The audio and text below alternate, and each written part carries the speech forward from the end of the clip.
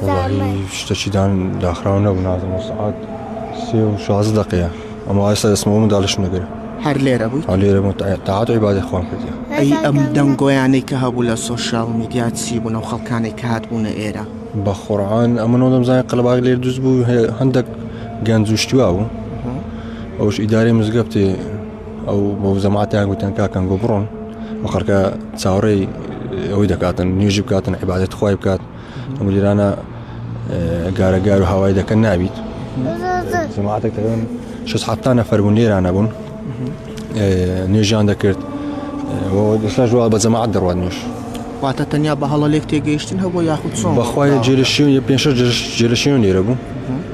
ديار وليران عندك هاور وقارا كردو تسونا دريو أما جليرانا نيش قماك لو 16 دقيقة ويسلا بعد اسمه وهذا بيوم دالت شنو قال